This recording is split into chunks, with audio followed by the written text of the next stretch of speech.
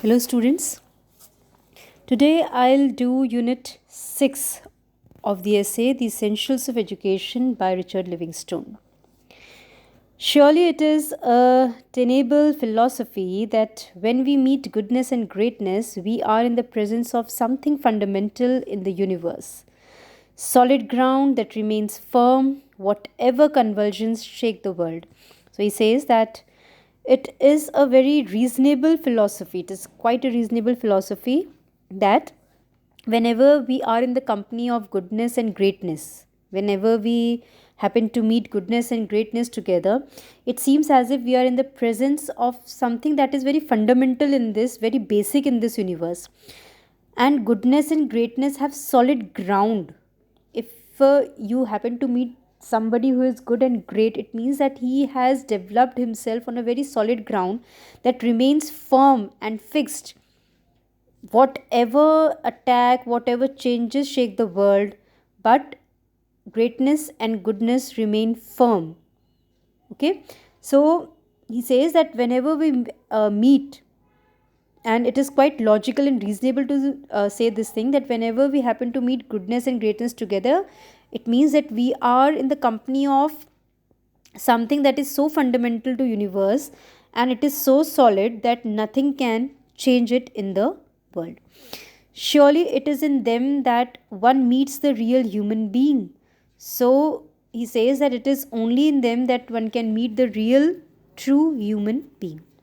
Another side of man is real too, the dark, petty, sensual side. Here his quarrels and jealousies and hates and greeds and passions take their rise. He says that goodness and greatness is only one side of human nature. There is one other side of man that is also quite real, and this is the dark side, where he acts as a petty person, person of small thought, or his sensual side. And this is the nature, this is the side of man or human nature where all the quarrels and jealousies and hates and greeds and passions take their rise. These things emerges out of these basic dark negative qualities of human nature. But if I had to find the essential characteristic thing in man, I should not find it, like Marx, in the economic animal, or like Freud and many modern novelists, in a sex ridden phantom.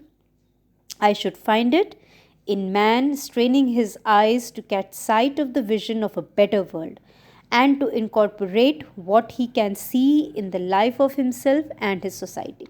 So here he has given the definition of the essential characteristic which we need to find in a man. And he says that if we want to find these basic fundamental characteristics in a true man, then we need not go through the definition of man provided by Marx, where he has portrayed man as an economic animal. And we should not even go with the definition provided by Sigmund Freud. Freud was a psychologist and a writer too. And Freud and many modern novelists have portrayed man as a sex ridden phantom.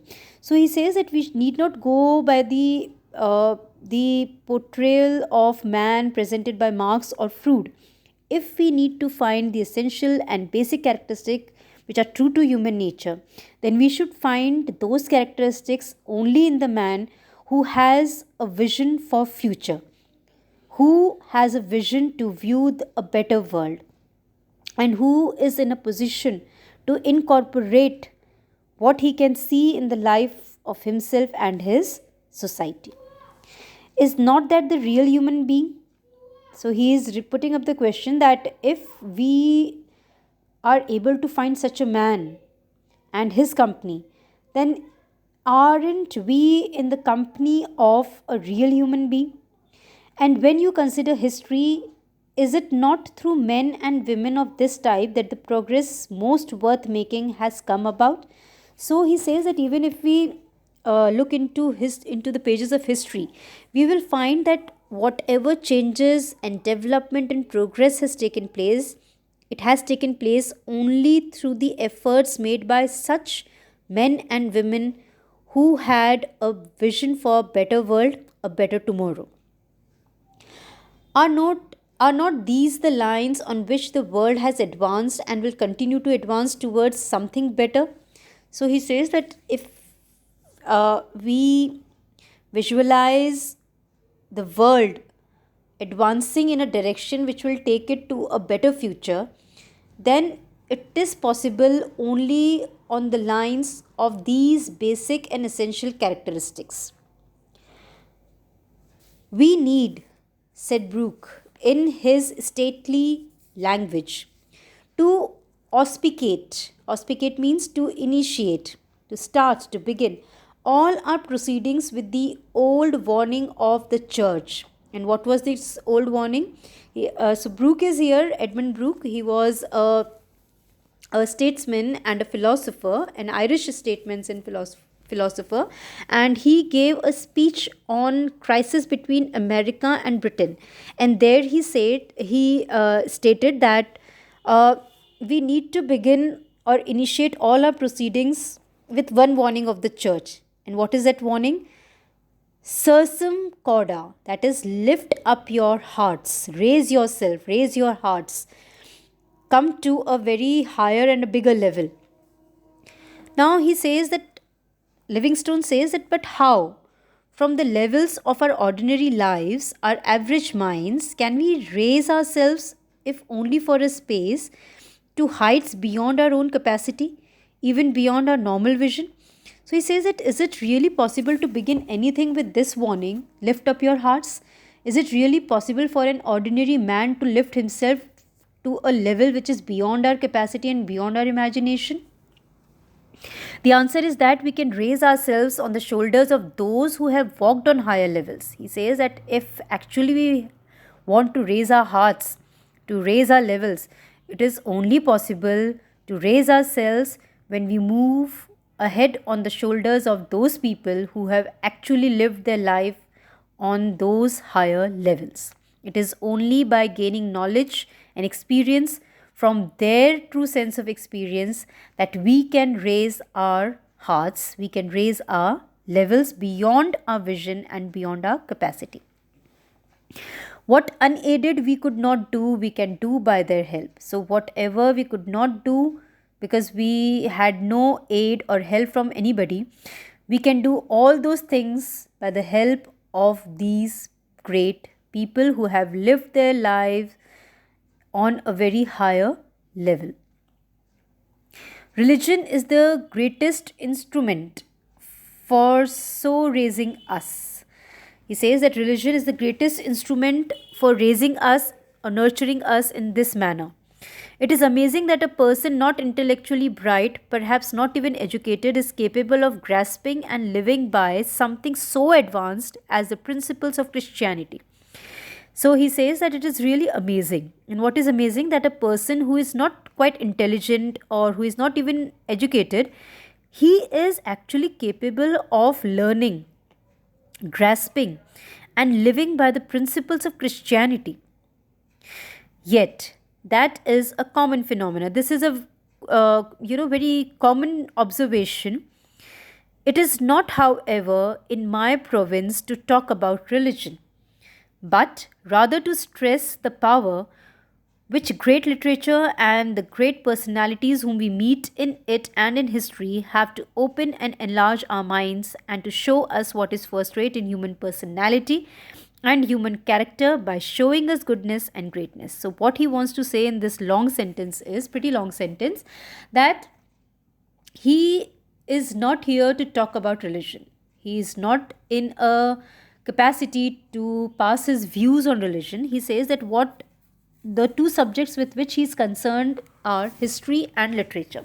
So he says that if we want to find the examples of great lives, great human beings, great human personalities and characters who have lived a great and good life, who have a blend of goodness and greatness within them, who have lived a life of first rate and excellence, and the personalities who can teach us to lead a life, to live a life of excellence and first rate, we can find these personalities only in history and in literature.